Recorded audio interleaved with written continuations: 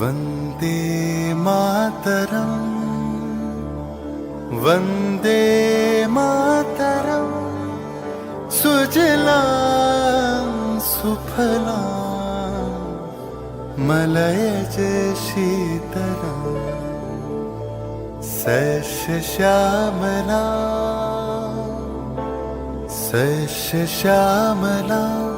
मातरं वन्दे मातरम्।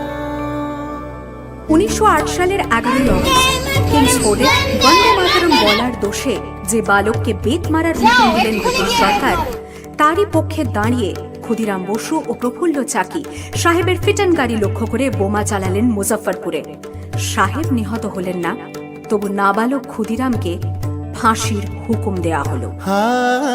জননী গুলহ তুলে বক্ষে, শান্তনু বাস দেহ তুলে চোখে, কাঁদিছে তব চরণ তলে ৩০ কোটি নর নারী।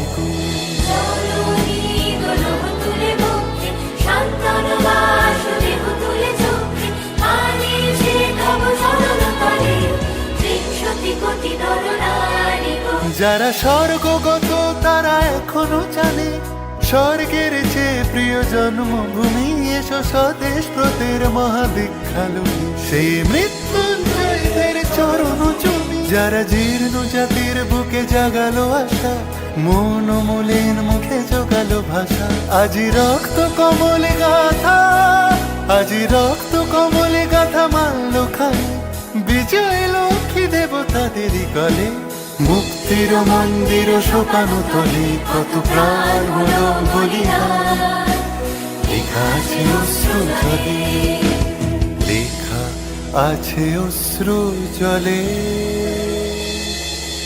9 সেপ্টেম্বর 1915 ইংরেজদের সঙ্গে সম্মুখ সমরের স্বাধীনতা ছিনিয়ে নিতে অস্ত্র আনার পরিকল্পনা করেন যতীন্দ্রনাথ মুখোপাধ্যায়।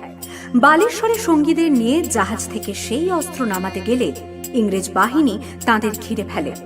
বুড়িবালমের তীরে লড়াই বাঁধে বিরাট ইংরেজ বাহিনী বনাম বাঘা যতীন ও তার 4 সতীর্থদের।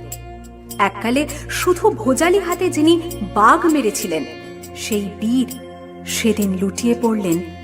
আমি হাসি হাসি পড়ব ফাঁসি, দেখবে ভারতবাসী, ও মা হাসি হাসি পড়ব ফাঁসি, দেখবে ভারতবাসী, একবার বিদায় দে মা, ঘুরে আসি।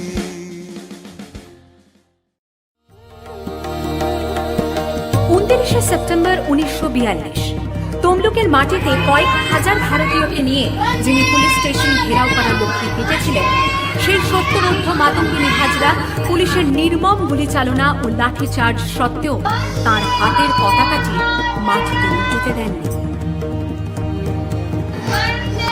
দুর্গম গিরিকান্তার মরু দুস্তর পারাবারোহে, লঙ্ঘিতে হবে রাত্রি নিশীতে যাত্রীরা হুঁশিয়ার।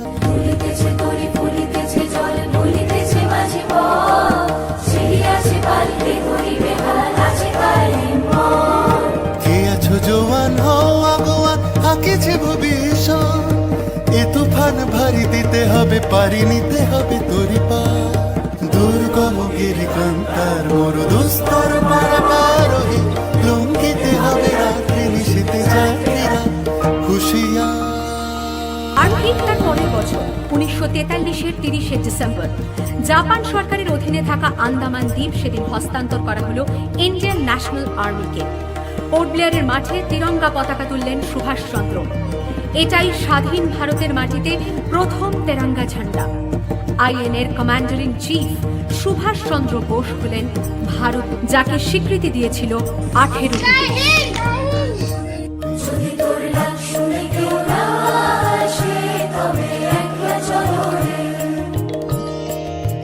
वन्दे मा